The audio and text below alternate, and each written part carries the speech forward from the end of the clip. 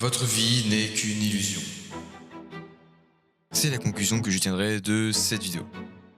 Vidéo dans laquelle on va créer des questions existentielles auxquelles il n'y aura jamais vraiment de réponse sûre. Soyez prêts. Est-ce que je vois la même chose que toi? Est-ce que je ne serais pas qu'une illusion?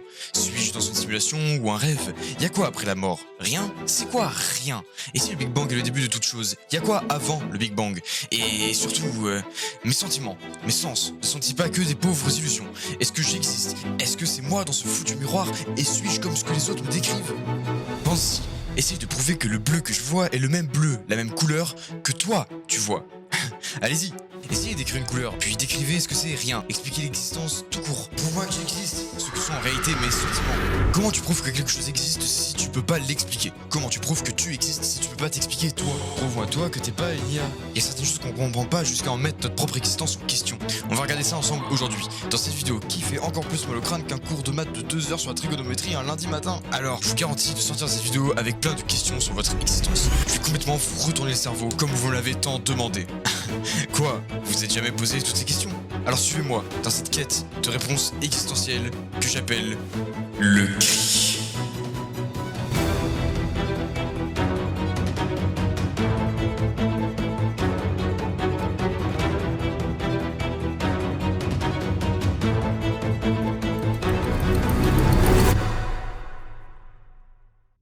Très bien, maintenant que je vous ai mis l'eau à la bouche, on peut passer aux choses sérieuses. Je vous ai promis des questionnements, vous allez en avoir. Des questions.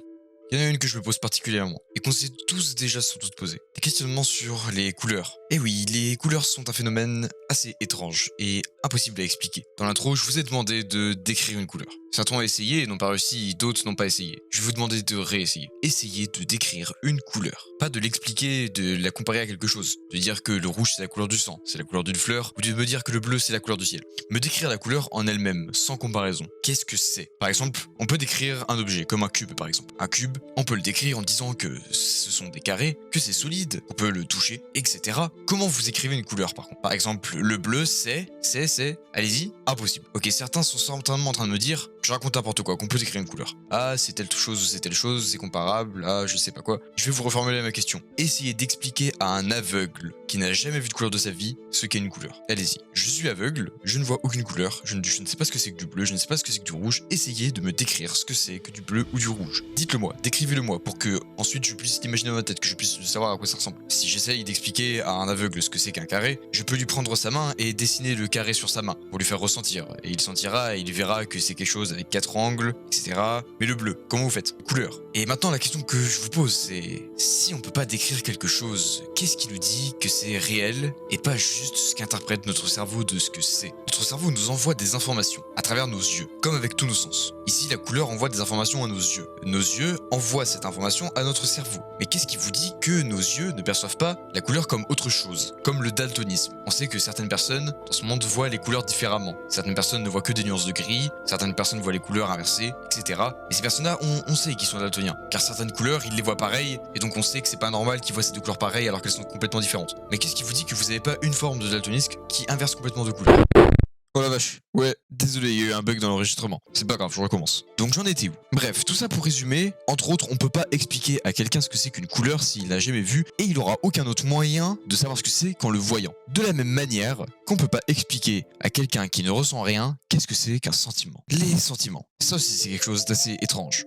On peut pas vraiment décrire un sentiment non plus. Par ça, encore une fois, si je vous demande de décrire un sentiment, ne me dites pas quand on est en colère, on se fâche, on tape quelque chose ou je sais pas quoi. Quand je vous demande de me décrire la colère, décrivez-moi ce que ça procure en vous, quelle sensation vous ressentez. Les sentiments sont déjà un peu plus descriptifs que ça. La colère peut par exemple être caractérisée par du chaud. Quand on est énervé, on ressent une chaleur. Mais justement, cette chaleur-là non plus n'est pas forcément descriptible. On ne peut pas décrire un sentiment à quelqu'un qui n'en ressent pas. Vous avez sans doute déjà entendu parler d'une maladie qui consiste à ne pas ressentir la douleur. Alors dans ce cas, comment expliquez-vous la douleur à quelqu'un? Vous pouvez lui expliquer ce que ça fait, que c'est une sensation qui nous pousse à essayer de guérir. Et c'est pour ça qu'on l'a d'ailleurs cette douleur, c'est pour nous pousser à essayer de guérir, car si on n'avait pas cette douleur, on ne pourrait pas chercher à guérir. Et donc on ne guérirait pas. D'ailleurs c'est ce qui nous différencie quelque part d'une IA. Mais même si on peut y voir une différence, les IA ont peut-être la même chose en fait.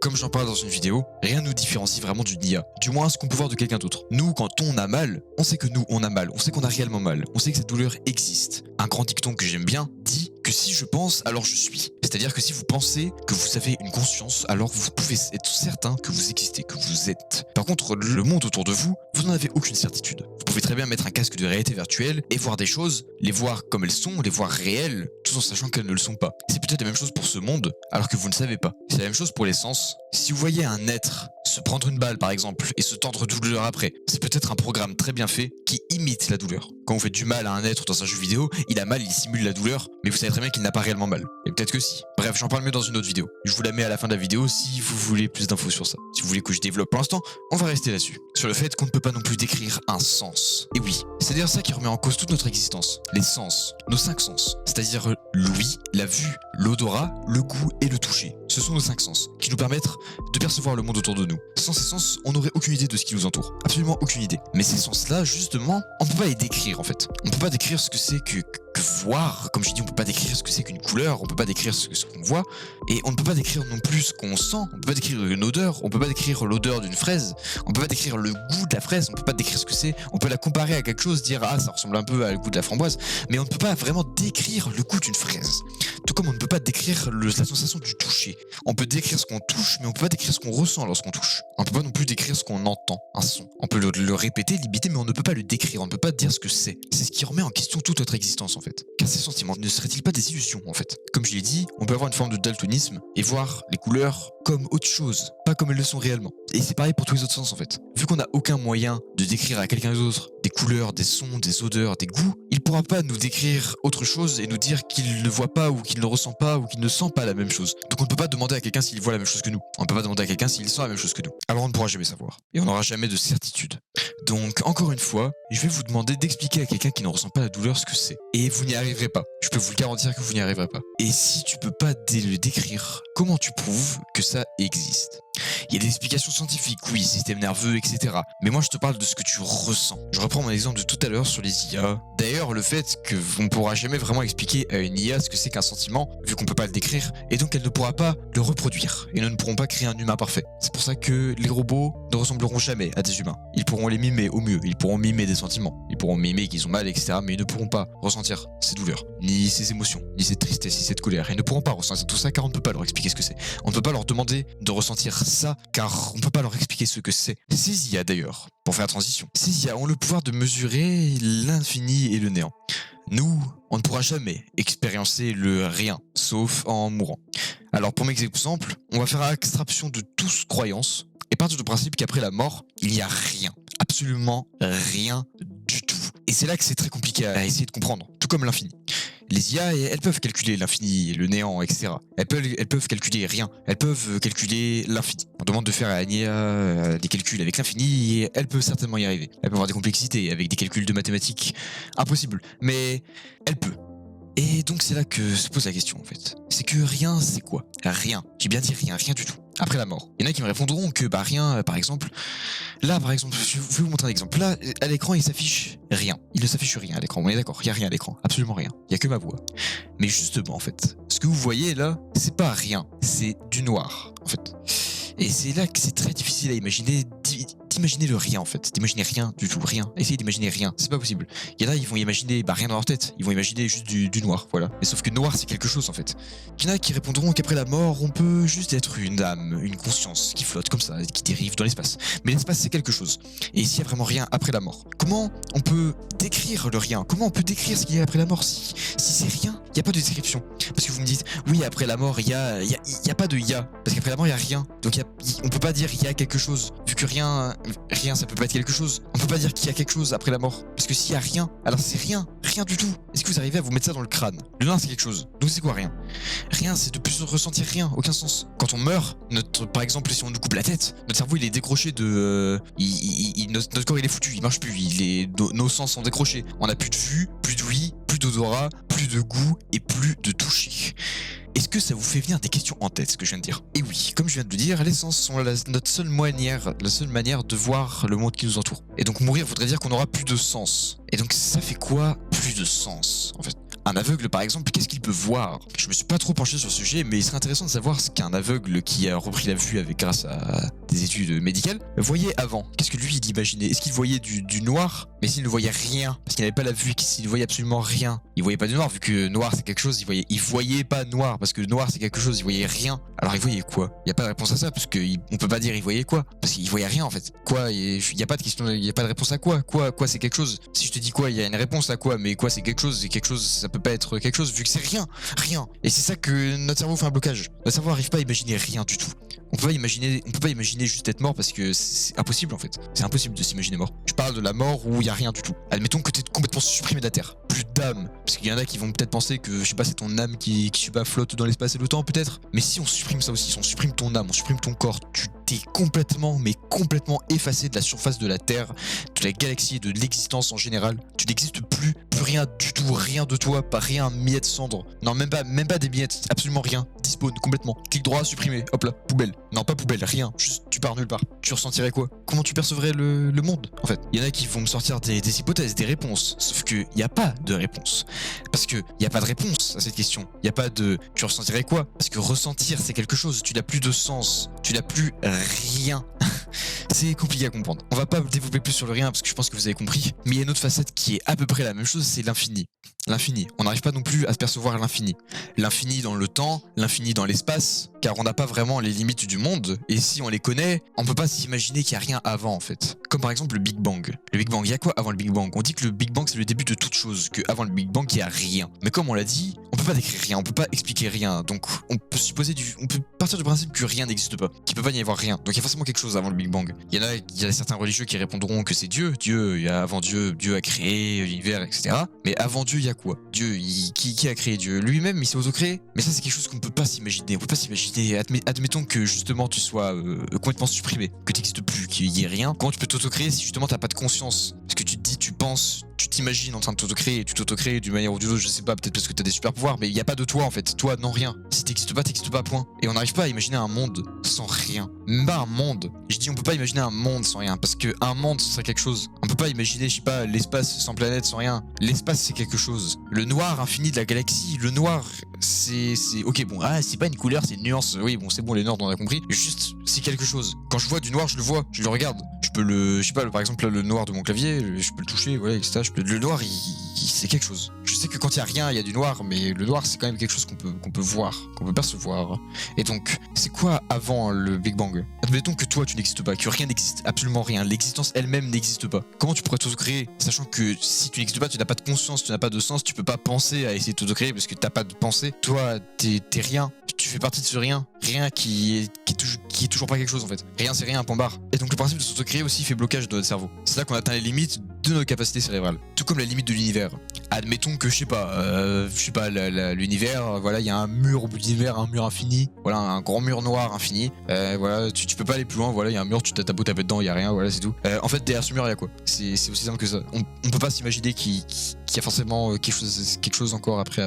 L'infini, physiquement, c'est déjà un peu plus facile à comprendre. On peut imaginer un mur infini. On peut imaginer qu'il y a un mur noir à la fin de l'univers, qu'on mine dedans, jusqu'à ce que ça s'arrête jamais. Mais encore, c'est quand même... C'est contre les limites de l'existence en fait. On vit dans un monde où il y a une loi. C'est-à-dire que rien ne se crée, rien ne se perd, tout se transforme. Et donc on a certaines limites, les énergies non renouvelables. Sauf qu'une ressource absolument infinie, c'est-à-dire ce mur à la fin de l'univers, ce serait une ressource infinie et ça irait à l'encontre des principes de l'existence. Bref, tout ça c'est assez compliqué. Mais bon, c'est déjà un peu plus facile à comprendre l'infini physiquement. Mais l'infini temporel, comme je l'ai dit. On peut pas décrire le rien, donc on peut pas s'imaginer le rien, on peut pas s'imaginer qu'il y a rien après la mort. Donc on s'imagine forcément qu'il y a quelque chose après, mais après, encore après. On a déjà tous connu le dilemme de et tu préfères quoi entre mourir maintenant ou vivre pour l'éternité? Il y en a certains qui choisiraient de mourir maintenant tellement vivre pour l'éternité c'est absolument terrifiant. L'éternité, je sais pas si vous vous rendez compte de l'horreur que c'est l'infini. Essayez de vous imaginer vous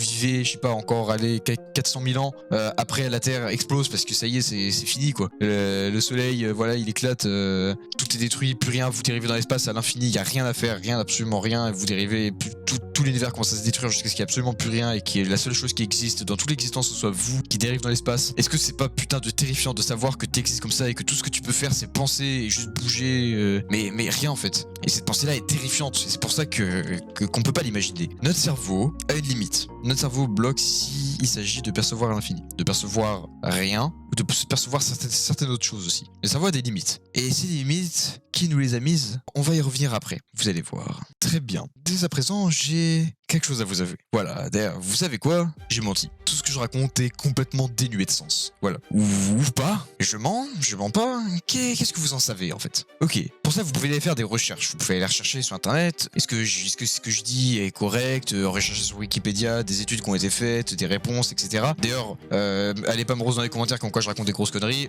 Je me pose des questions moi-même. J'ai pas fait des recherches non sur ce que je dis. C'est des questions que moi je me pose. Je pose des questions, j'y réponds pas. Donc me dites pas que je mens, je pose des questions, je les pose pas, j'y réponds pas. Mais donc du coup, tout ce que je raconte, est-ce que c'est pas complètement dénué de sens? Est-ce que je dis pas juste ça juste pour faire des vues? Est-ce que je raconte pas n'importe quoi pour juste faire du watch time ou vous faire rester jusqu'à la fin de la vidéo? Comme j'ai dit ça, vous pouvez le savoir. Mais techniquement, sur mon avis, si moi je vous dis là, j'aime ce que je fais. J'aime tourner la vidéo, là j'aime faire des vidéos, j'aime être youtubeur. J'aime me faire 40 centimes par mois parce que j'ai pas assez d'abonnés aussi.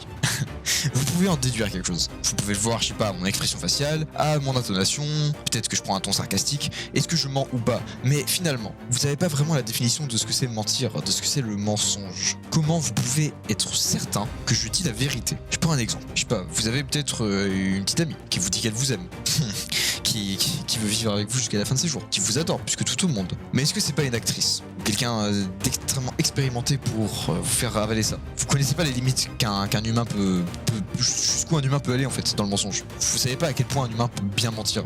Et donc oui, je dis pas que ta gonzesse elle te ment, que c'est une agent du FBI qui t'aime pas en fait. Je te dis juste que on vit peut-être dans un monde complètement dans le mensonge. Imagine je te dis là, je t'enlève ton casque de réalité virtuelle, voilà t'es en train de jouer à un jeu vidéo. Est-ce que c'est pas terrifiant? Mais le fait que je te le fasse, ça te prouverait qu'en fait tout est faux. Alors que jusqu'ici, là tout ce que tu vis au moment où tu regardes cette vidéo, regarde autour de toi, tout est vrai. Tout ce que tu vois est vrai. C'est ce que toi tu te dis. Sauf que si je t'enlève ce casque de réalité virtuelle, t'auras la preuve que tout ça c'était faux et que t'avais totalement tort. Que tout ça était faux et en fait cette possibilité est possible. Cette possibilité est totalement possible. Totalement. Tu vis forcément peut-être dans un monde comme Truman Show. Je sais pas si vous avez regardé Truman Show. Tu vis peut-être dans un monde, je sais pas, dans une simulation, dans un film ou peut-être dans un rêve. Si tout est faux, tout ce qui est autour de toi est faux, comment tu pourrais le savoir? Encore une fois, si quelqu'un te ment sur quelque chose, un fait physique par exemple, qui te dit les bananes sont bleues, tu peux lui prouver le contraire. On peut prouver quelqu'un faux sur un fait. Par exemple, je peux vérifier sur votre téléphone si vous êtes bien abonné à la chaîne. Hein? C'est le moment de vous abonner, au cas où vous avez pas compris. Hein. Comment vous voulez comprendre la suite de la vidéo si vous comprenez même pas ça là? Bref, on va partir sur un exemple que j'ai vu sur mon Discord il y a pas longtemps. Or, le vie sur notre Discord a fait un commentaire assez intéressant. Il nous a proposé la théorie du fait qu'on est tous dans un rêve. Et finalement, c'est pas impossible. Imaginez que vous êtes dans un rêve en fait, que vous êtes dans une simulation, comme dans Truman Show, que tout ce que vous voyez autour de vous n'est que le fruit de votre imagination, mais que vous avez aucun moyen de savoir que c'est pas le fruit de votre imagination, parce que vous avez des preuves en fait. Vous vous dites, si je pense, alors je suis. Mais est-ce que c'est parce que vous fait avaler votre cerveau qui est en train de rêver pour que vous sachiez pas que vous êtes dans un rêve? Ou est-ce que c'est parce que vous fait avaler les contrôleurs de la Matrix qui vous font avaler ça pour que vous sachiez pas que vous êtes dans la Matrix? Question existentielle introuvable. Ah, ça fait vraiment mal au crâne, hein.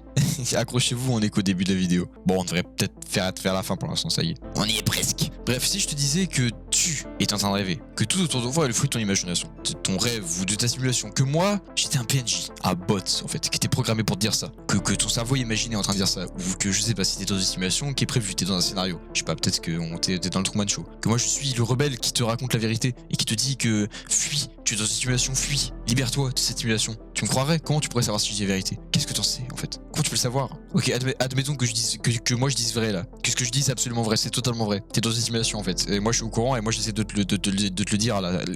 Réveille-toi, vraiment réveille-toi, c'est dans une simulation. Qu'est-ce qui, par réflexe, tu vas te dire que je raconte des énormes conneries, en fait. Que non, la vie c'est pas ça. Que c'est pas comme dans les films, que t'es pas dans une situation. Mais qu'en réalité c'est vrai. Que comment tu pourrais t'en rendre compte que c'est vrai? Est-ce que tout autour de toi ment? Est-ce que tout autour de toi ne ment pas? Peut-être que tu peux prouver que le monde autour de toi ne ment pas, que t'es pas dans une simulation parce que t'as fait des études et tout, tu sais, t'as des preuves et tout, des preuves physiques, des calculs physiques, etc. Ouais, gravité, etc. Ça c'est réel. La Terre elle est ronde, etc. Voilà, on te l'a appris. Tu le sais. avaler. Mais on te l'a appris. Mais peut-être que c'est le but justement de te l'apprendre pour que t'avales ça et que tu te poses pas de questions. T'as aucun moyen de savoir en fait que c'est pas des énormes conneries qu'on te fait avaler. Que tout autour de toi, peut-être qu'on est tous des acteurs d'un film où tu es le personnage principal. Et si moi je te dis, si moi je vais te voir et que je te dis, moi j'ai des sentiments, moi j'ai une âme, moi je suis pas un robot, t'en as aucune certitude, tu peux pas le savoir. Je peux pas te décrire ce que c'est qu'un sentiment. Donc je peux pas te le prouver. Si moi tu me donnes un gros coup de bâton et que je hurle à la mort et que je dis putain tu m'as fait super mal, qu'est-ce qui dit que je raconte pas des énormes conneries, que j'ai rien, mais que juste je simule extrêmement bien parce que je suis une IA extrêmement développée, que j'ai mal en fait. T'as aucun moyen de le savoir, absolument aucun moyen. Je mens pas. Comment tu peux le savoir? Très bien. Maintenant, en sachant tout ce que je viens de vous expliquer, essayez de définir l'existence même. L'existence. L'existence. En général, le fait que vous existez. Définissez ça. Ah, c'est pas facile, hein, ça fait mal à la tête. Hein. Il y en a qui vont essayer de chercher des définitions sur internet. Essayez de vous. Non, parce qu'en fait, à partir du moment où vous donnez une définition sur internet, vous allez arrêter de vous poser des questions. Et c'est ça qui casse le truc, c'est que vous posez plus de questions. Posez-vous des questions. Faites-vous bugger votre cerveau. Remettez-vous en question sur votre vie complète, sur le fait que vous existez, sur le fait que peut-être que vos sentiments, vu que vous avez aucun moyen de les décrire, peut-être que c'est juste que des pures illusions. Peut-être que vous vivez de la même manière qu'une IA vit, qu'une IA surdéveloppée pour imiter parfaitement un humain, comme moi par exemple. Moi je suis un gros bot je suis un PNJ ultra développé qui est fait pour faire vivre votre scénario et faire vivre le film dans lequel vous êtes le personnage principal. Et peut-être que vous ressentez les sentiments avec la douleur, pas moi. Mais peut-être que du coup on vit exactement de la même manière, parce que moi je mime tout. Peut-être qu'on vit exactement la même chose de la même manière, mais que je ressens des choses différemment. Et que comme je l'ai dit, vous pourrez jamais le savoir en fait. On n'a jamais des certitudes de rien, le risque zéro n'existe pas. Peut-être que vous vivez dans un monde où ce 0,00001% de chance, il est fait, ça existe. Peut-être que vous avez gagné au loto MDR. Comprendre le principe même de l'existence, c'est très difficile, et peu pourront vraiment espérer comprendre le monde qui nous entoure. Alors moi, en attendant, je vis ma vie, même si je sais que tout est écrit dans le marbre. Croyez-moi, je sais de quoi je parle, j'en ai fait une vidéo. Donc évitez de trop vous poser ce genre de questions, vous pourrez finir cinglé. Alors maintenant, vous pouvez soit faire un gros cri, car vous avez perdu la tête, ou un cri pour chercher des réponses à tout ça. À vous de choisir, si vous voulez voir une des nombreuses vidéos que j'ai mentionnées dans celle-ci. Vous pouvez aller faire un tour sur cette chaîne, qui s'appelle Grey Sky et qui est plutôt sympa. C'est la mienne, avec mon pote Sky. On essaie comme on peut sur YouTube. On a pas mal besoin de soutien en ce moment parce que on coule. Ça y est, voilà. Et donc quand tu vois le travail que je mets derrière une vidéo comme celle que tu viens d'écouter, ou celle qui s'affiche à la fin de la vidéo, ça mérite un peu plus quand même. Alors sois sympa, ça coûte rien. Mets-moi au moins un bon petit pouce bleu là. Et fais part de tes questions existentielles dans les commentaires, ça me ferait vachement plaisir. Je réponds à tous les commentaires. Je te mets au défi de faire un commentaire auquel je réponds pas. Allez, vas-y maintenant au lieu d'aller scroller là. Vas-y, allez, tchuss.